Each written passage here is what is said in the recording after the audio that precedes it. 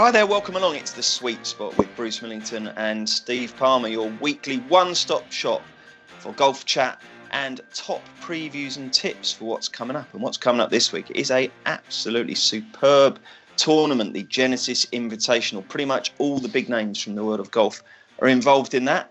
Steve, before we look ahead, let's look back on last week. Again, we just had the one tournament. The European Tour is like a hamster in a box in the garage. It's in hibernation. It's coming out again quite soon, but we've just got the one to concentrate. But it's really good action, isn't it? What was it last week? The Pebble Beach Pro-Am. It was. All pros, no AMs, and it was good, wasn't it? It was a great tournament. Yeah. I'm just concerned about your comment. Have you got a hamster in a box in your garage? Did I say hamster? Sorry, I meant a tortoise. Tortoise, I was going to say the hamster probably needs a little bit of assistance. Yeah. No, the hamster would have a wheel, wouldn't it?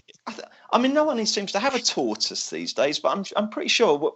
I'm older than you, and in the old days, they used to have a tortoise called Frida on Blue Peter, and they daubed her name quite big across the shell. And every winter, Frida used to get put in a cardboard box with a load of straw and put in there into like John Noakes's garage or something, and she'd spend the winter there. But then, tragically, one winter they got her out the box, and basically there was just a shell and a load of sort of gloop. Basically, Frida had perished during hibernation, so that was quite a traumatic episode. That I have had some experiences of tortoises or tortoise. Because my old friend Bushy had a tortoise, and then he died unfortunately on my stag do, and then his partner passed on the tortoise to my friend Masha. Masha was pretty gutted to have this tortoise to look after, and I've seen a tortoise in action. I won't linger on this because we've got golf to get onto, but you'll be staggered with how quick they are. It's a bit of a myth, isn't it? You chuck a lettuce leaf down, they scuttle across there, don't they? You watch it go. Yeah. I've seen a tortoise in action, and then it'll go for you, and then it can nip your fingers as well. So, yeah, don't be fooled into thinking a tortoise will just be plodding around. Okay, well, that's the first tip of the week. But going back to Pebble Beach, that's completely thrown me, that. I can't even think of. Oh, it's Daniel Berger, wasn't it? He got his turn, didn't he? With a brilliant eagle at 18. It was a good week, wasn't it? It was an exciting tournament, wasn't it? Yeah, Daniel Berger is another one for you, because you often make the point to me, because I get obsessed about textbook swings, don't I? And I'm a purist. And Daniel Berger is another example of a player that's got a rubbish swing, but gets results with it. I mean, he lays it off like I do. I've got a big laid off swing. He swings it similar to me, but obviously no one swings it like you, Steve. I mean, your wrists start breaking I've never seen anything like it. It's astonishing. But got very floppy wrist. But I dislocated my shoulder a few years back. That didn't help the swing. But Daniel Berger hasn't got that excuse. I mean, he's into the world's he's in the higher echelons of the world rankings with a swing which I think is really ugly to watch. But it doesn't. You've got to get that out of your system. You've got to stop being such a snob, a swing snob. Okay, it's people with horrible swings. Well, those three shots he hit on the 18th on Sunday, I mean, that won me over for Daniel Berger, because there were three perfect shots. He's tied for the lead going up the final hole, and he's hit three perfect shots to make eagle. And you have to bear in mind, 24 hours earlier on that hole, he made a calamitous 7 to drop out of the league. So, yeah, the mental strength he showed there as well. He's a very cocky character, Daniel Berger. Generally, as people, we don't like cocky characters. Bryson DeChambeau always does our head in. Daniel Berger's a bit like that, but it's the cocky lads are the ones that you can rely on under huge amounts of pressure like that. It was a really strong finish from Berger, and obviously our man Patrick Cantlay. We were in there for quite a long time. It was a fantastic first round, wasn't it? And well done with that first round leader tip. That copped uncertain terms, didn't it? That worked well. And through 11 holes of Sunday, I was still very, very hopeful that Cantlay would win, but the putter went a little bit cold. He wasn't quite hitting his approaches close enough, and he got on board the par trade. I mean, I don't know whether you were following it. It was just par, and he finished third. Oh, well, another good week for Spieth. He contended again, didn't he? He's getting there. Well, he held it together for 3 rounds, didn't he? And then on the Sunday, his driving is still so destructive, isn't it? And on the Sunday, you saw that. I mean, he quickly went out of contention. By the 14th hole, he was a goner. He bogeyed the 14th hole, and he was gone. But very interesting comments from Spieth afterwards. He described Riviera Country Club, where we are this week, as probably his favourite golf course in the world. So he clearly fancies his chances of building on those finishes and contending this week, but obviously a much stronger field. That long game is so fragile, I can't trust him this week. Okay, any players take a big step forward in your estimation last week? Well, it would be remiss of us not to discuss Maverick McNeely, wouldn't it? I mean, I've been in love with Maverick McNeely for a long time. I mean, what he did last week was really showcased his skills, and what he did on the last hole. You talk about what Berger did on the last hole, what Maverick McNeely did on the last hole. It is not what your typical nervous maiden would do. He knew he had a winning chance there. Booming drive on the Tiger line on the 18th, hugely impressive drive, and the second shot, the approach. Perfect approach with a bit of tall sauce on it. You see the follow through, the club swivel. He did the club swivel, Tiger Woods-esque club swivel afterwards, because he after a perfect shot, a bit of showing off there. But I love that, and and came up a couple of shots shy, and he probably would have been very pleased to see the Berger Eagle putt go in, actually, because had he lost by one, the issue with the rules on the previous round, he would have been very gutted, wouldn't he? Another rules issue. Talk us through what happened there, just to sicken me. That was addressing the ball. His ball moved on address. The fifth hole in round 3, 1-shot penalty. What does that mean? Yeah. So he was standing over it and it moved slightly. Yeah. Well, no, he put his club down near it and it moved slightly. He didn't touch the ball with his club. I did. No, but he was deemed to have made the ball move. Who cares? And I think Russell Knox suffered the same fate in round 4. The same thing happened to Russell Knox, and then the tour official came over and said no penalty, and then they reviewed the evidence and then gave him a penalty. They've not been good on the rules this year, the PGA Tour. They've had a pretty shambolic start to the year in the rules. Russell Knox had a good week, didn't he? The old wind specialist. That was good effort by him, wasn't it? He did have a good week, and had a good hat on as well on Sunday, didn't he? Yeah, he was wearing a hat with a hood over it, wasn't he? Yeah, he was very, very stylish. I felt for Russell Knox, because he was told he wasn't going to get a penalty, and then he did get the penalty after the review. Where was the review when Patrick Reed's...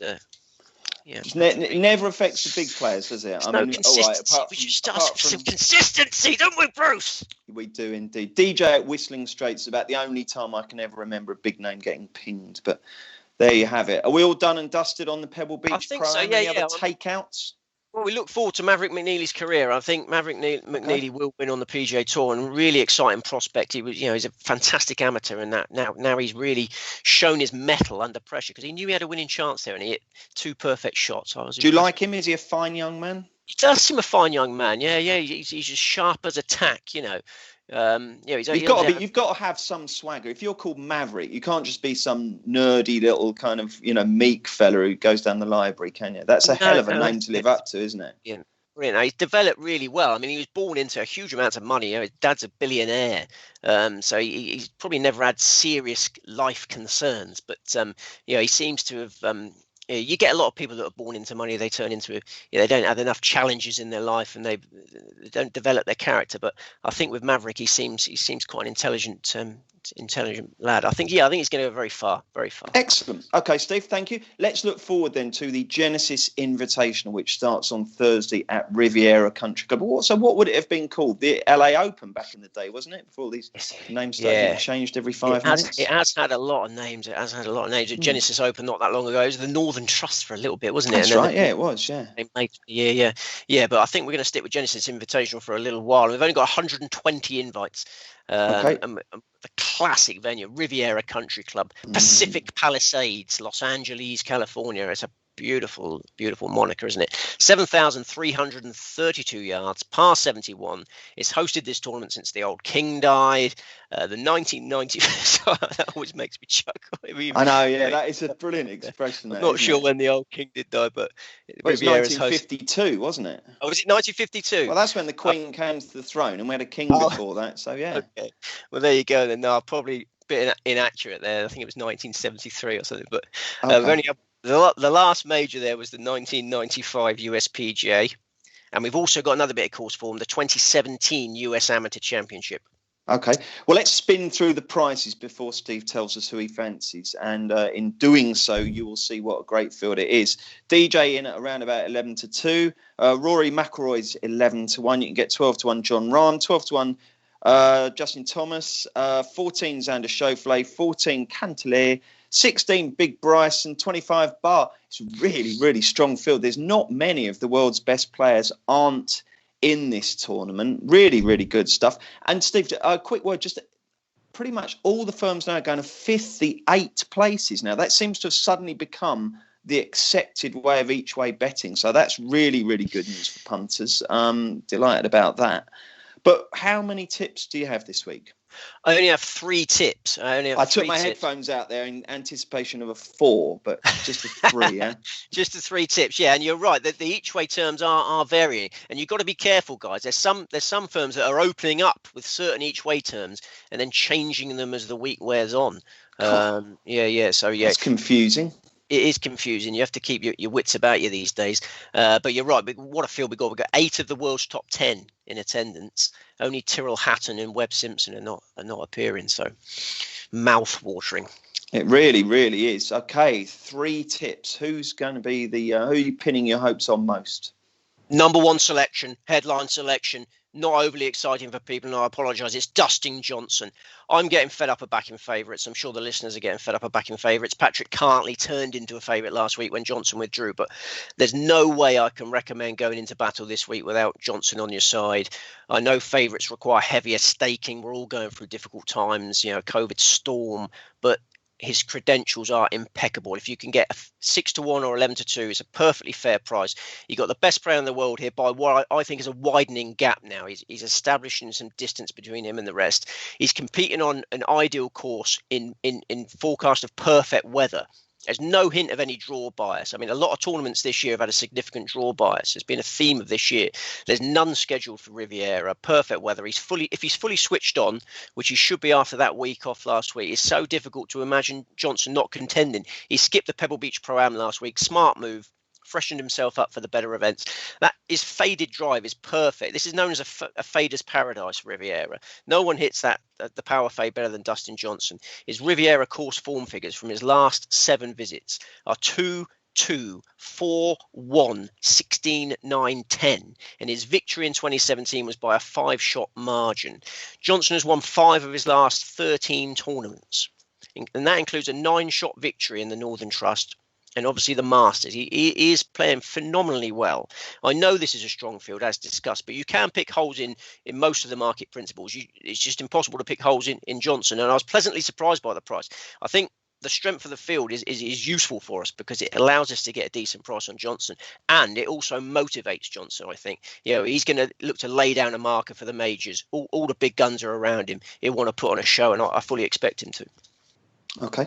I've actually been backing Johnson for our Open, Steve. I noticed he's 10-1. I mean, he was second last year, wasn't he? I think that's a huge price, isn't he? He could be 5-1 come the day, couldn't he? Yeah. Runner up at Sandwich last time it's used. Yeah, I absolutely love Johnson for the Open. That's part of our majors accumulator, isn't it? That's the one where we'll be going to the Open with the other 3 already in the bag. And we're going to the Open this year, aren't we? Wild horses are going to... God willing. Wild horses or Boris Johnson can't stop us. We're going to go to the Open, yeah. Going to have some fun down there. Excellent. Okay. Right then, DJ, a very, very strong main tip from Steve and a couple of supplementary selections as well. Who are they? The next best is Joachim Niemann, an ever-improving 22-year-old. He started 2021 with a bang. He was second in both of the Hawaii events. He had playoff loss to Harris English in the Century Tournament Champions, lost by just a shot to Kevin Na in the Sony Open. He's moved up to world number 28 now. And this was always expected to happen. He was always expected to become a superstar. He was world number 1 amateur for almost a year. And in the 27 US Amateur Championship that I mentioned earlier, he showed a real liking for Riviera. They have a stroke play element at the start of that. He finished 6th in the stroke play competition. And then he was really unlucky in the knockout stage. In the match that he lost to Braden Thornbury, talented player Braden Thornbury, Niemann was 2 under par for the round. So, he was beaten by some fantastic golf from Thornbury. He's played Riviera twice as a professional and not made much of an impression. But, he goes back a much more confident player this year. He's already won a PGA Tour title in 2019. He had a President's Cup debut a few months after that. He's a regular on leaderboards now. And that this fader's paradise. I don't want to keep harping on about it, but it suits Johnson and it suits Neiman. He loves to hit that low fade off the tee. So I think Neiman at 50-1 is a brilliant each way investment actually. Okay, and who else do you like? Have a little swig there before you give us your third selection. Is that a regular Coke? I'm on the vanillas. I occasionally branch into the vanillas. Is that nice, the vanilla one? I quite like a cherry Coke.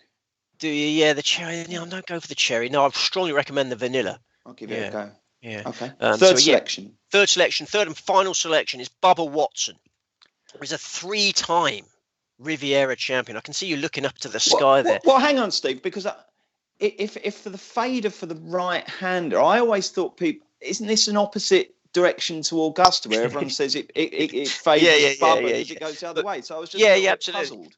No, I can see why you're puzzled. But Bubba Watson is just a curious character. He'll puzzle you for the rest of your life if you spend your life looking to the sky thinking about Bubba Watson. You'll be puzzled. I don't recommend you do that with your life. There's better things to be done. But he is a 3-time Riviera champion. Watson has won this in 3 of the last 7 editions. Way, that's amazing. Yeah. So I mean, he obviously be a drawn drive for him on a lot of these holes. There's certain courses that he flourishes on. He's a 2-time Augusta champion. He's a 3-time Travelers Championship. He's a sort of character when he turns up at events where he's had success on. He G's him up and he expects to play well. He's a really I think he's the dictionary definition of mercurial, isn't he? But over the last few months, he's had some seriously impressive ball striking figures. He ended last year in really solid nick with his swing. This year, slow out the gates at Torrey Pines, missed the cut, but the rust came off in Phoenix spectacularly. He got better as the week went on, and he closed with a 65 for 22nd place. So, I think if Watson holds a few putts this week, that's always the problem with Watson on the greens. It could be 4 wins in this tournament out of the last 8 editions. Wow, that'd be mad, wouldn't it? What price is he? He's 45-1. 45-1. I think this is a good chance to get him before the crowds come back as well, because Bubba can get easily unsettled by noisy galleries. I think Riviera, arguably his favourite course without crowds, is just a dreamy setup for Bubba. So I expect Johnson to win, but I think Neiman and Watson can give DJ a really good game. Fantastic. You make very good cases for all of those, Steve, I must say. Can we just go through some of the other guys at the head of the market? And I'm particularly interested to know if this fader's paradise thing will disadvantage any of the market principles. Yeah, not a lot. I mean, John Rahm is the next in the betting. He prefers to hit a fade, so no, it suits him. But I think the putter is an issue with John Rahm. He switched to Callaway at the start of the year.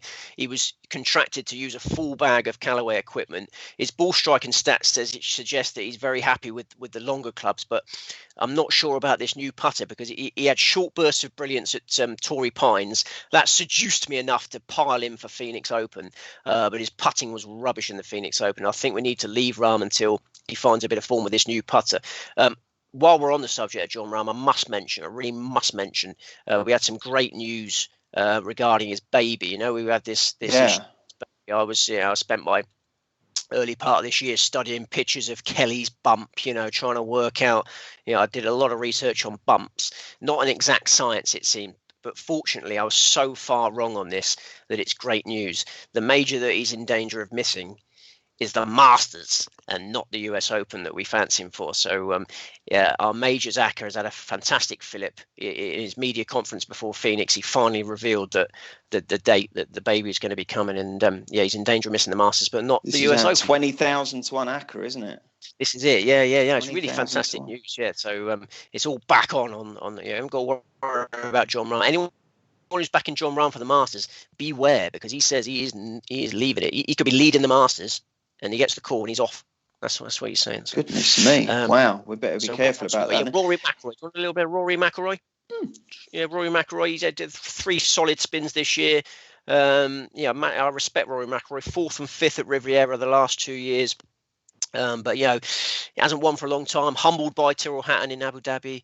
Didn't really get into it at Torrey Pines and Phoenix. So, Rory, I think, will play well without winning. Justin Thomas is probably the one I was closest to back, and he was the last name off the list, Justin Thomas. So this course is a great fit for him. He was runner-up in 2019. Very unlucky there. JB Holmes was his playing partner. You probably remember that took absolute age. I think we all stayed up till about 2 o'clock in the morning with JB Holmes. Thomas finished second. I think this course is a good fit for him, and I think there's excuses for the rounds where Thomas has played badly this year. I think he's building towards a big performance. I'm hoping it's for the Masters, and I'm hoping it's not this week. And then it could be focused, couldn't he? Could be dedicating it to his recently deceased grandfather. He could be doing that. Yeah. He seemed crestfallen. Did a lovely tweet about his grandfather, didn't he? And then I noticed about 20 hours later he was promoting Rolex watches, which is one of his new sponsors. So he seemed to you've got to put bread on the table, Steve. It's true. Yeah. And then I suppose Xander Schauffele is the other one we've got to mention, another short prize. But I mean, 8 second. I'm not backing that chicken. No way. This is it. I mean, he's almost unbackable now, isn't he? Until he wins again. He's got to prove he's got that killer instinct that seems to have been lost. What about Big Bryson? Because this is quite a tight venue, this, isn't it? I mean, could he find himself sticking it into all sorts of weird and wonderful places? Yeah, I can't have Bryson. I mean, there's a drivable par 4 here. Is it the 10th hole? There's you can see him having a go at, but then probably take about 20 shots around the greens.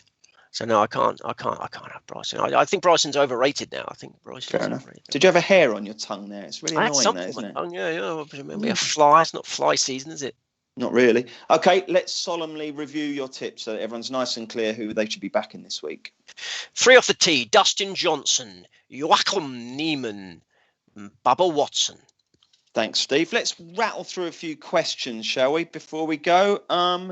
Jamie Late says, if Spieth sorts his driving, which major would he be best suited to win now? Well, the Masters by an absolute mile. Yeah, I wouldn't fancy him for any of the others. I really don't fancy him. I think this driving issue is not going away in a hurry. But what's he got? A couple of months to the Masters, so he could sort it out. Yeah, if he gets the driver sorted before the Masters, yeah, that's the one to back him for. Okay. Eddie Kemp says, how does Steve specifically determine value? Does he compile odds for some of the field before looking at the prices? No, I don't do odds for. No. Once I've whittled it down to a short list, then the last thing I do is then have the prices that I'm prepared to back the players at. So that's the last gasp thing is putting the prices there, and then if I can back them at bigger prices than I've got on my list, then I will. Okay. Fly Golf says, what was Steve's bankroll when he started betting on golf regular? I presume next to nothing, wasn't it? The meagre pittance we used to pay him. Cool, blimey, yeah. No, when I started, it was very low. Yeah, no, it's up and down like a roller coaster. But so yeah, when you build momentum, you can it's all about momentum in this game. One of your favourite words, isn't it, Bruce? Well, momentum only works in sports that actually have speed. What else have we got?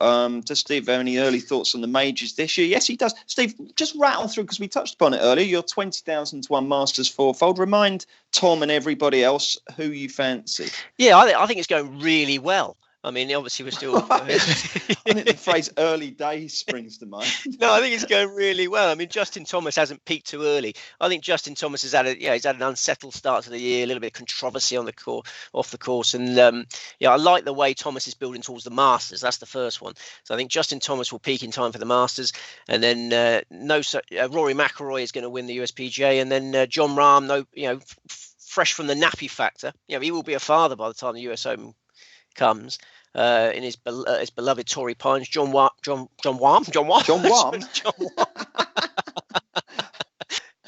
will win the US Open, and then we go to the Open Championship. Yeah, we all converge on the Open Championship. You've got to think we're going to be allowed to do that by then. Do you think we're going to be allowed to do that by then? To watch Dustin Johnson win the Open Championship? I'd hope so, yeah. I really do hope so. We've got to be able to. Okay, Darren Lewis says, I realise it depends on the player, but at what stage does he start to get concerned with his selections in terms of number of shots off the lead after each round? Darren says, I get very concerned very early, and usually I'm right to do so. It's a good question, this. I mean, if you wake up, say, Steve, say they've started playing in Singapore in the early hours, and you wake up and you see that your man's +3 through 7, do you kind of lose complete hope, or are you pretty optimistic once the field have started? I've always been a very optimistic punter, which is, where the problems lie sometimes, too optimistic. But, it's never over till it's over. I mean, I live and die by every shot. Your level-headed characters can not bat an eyelid when your player makes a bogey, but for me it's just constantly checking and and really, really intense ups and downs. But you should never give up. I mean, if your player's within 8 shots going to the final round, still got a chance. I'll never forget Dustin Johnson losing the HSBC champions in China. When I went on holiday and assumed he was going to win, went on holiday on the Saturday night, assuming that he was going to win, 7-shot lead. Then Justin Rose came from 8 shots back. I think he wasn't even in second place. Justin Rose nicked him there. So, there's always scope for wild fluctuations in this game. Absolutely. Stephen says that he's referring to your bid. He says, I think unless you're a bigamist, I think he's got your wife's name. He said Ruth was very harsh on Steve last week about the beard. I thought much improved, youthful-looking Steve looked about 12. Oh no, I appreciate the sentiments. No, I only have one wife. I don't know who Ruth is. Excellent. Okay, Steve, thank you very much indeed. What have we got next week on the show? Is it still just the one tournament? No. We've got 2, but they're both PGA Tour events. Well, no, sorry. We've got a WGC, which is both. And then we've got the Puerto Rico Open, I believe. You can never pronounce that, can you? Puerto Rico. Yeah. I mean, it just sums up how crazy the world is at the moment. We've got the WGC Mexico Championship in Florida, I believe. I don't know whether they've changed the name yet because they're not prepared to go to Mexico. And that'll be another star-studded field, will it? Where are they in Florida? The Concession, of course, we haven't used before. So we've got to get our thinking cap on there. Funny name for a golf course, the Concession. Oh, they're full of them, aren't they? Yeah. Very weird. So, at least we've got 2 tournaments. And the Puerto Rico Open, and that'll be one of those ones where someone like Vaughan Taylor or Johnson Wagner wins or something, I suppose. Well, right? I mean, wouldn't it be funny if Tony Finau entered that rather than the WGC? I'd have a lot of respect for that. I mean, Tony Finau's only ever win as Puerto Rico Open, isn't it? It's amazing, isn't it? Why don't you go and try and win it again just for a laugh, Tony, and turn your back on the millions of dollars that are available at the other one? Anything on your short-term schedule to brighten up your life, Steve? I don't think so, mate. No. All right, that was a good. I won't be asking that one next week. Well, you never know. You might have something interesting. No. I'm a bit flat today. I must admit, a little bit sort of manic today. But we'll pick up, won't we? We always do. Absolutely, mate. Well, don't forget you can check out Steve's in-depth guide to Riviera this week in the Racing Post or at racingpost.com. As well as his selections. There's loads and loads of fantastic stats and data and pointers that can help you, not just obviously towards the outright bets, but also the various top so-and-so and 3 balls and all that sort of thing. So stick with Steve right throughout the week on racingpost.com. And we're back next week with another sweet spot. Thank you very much indeed for joining us.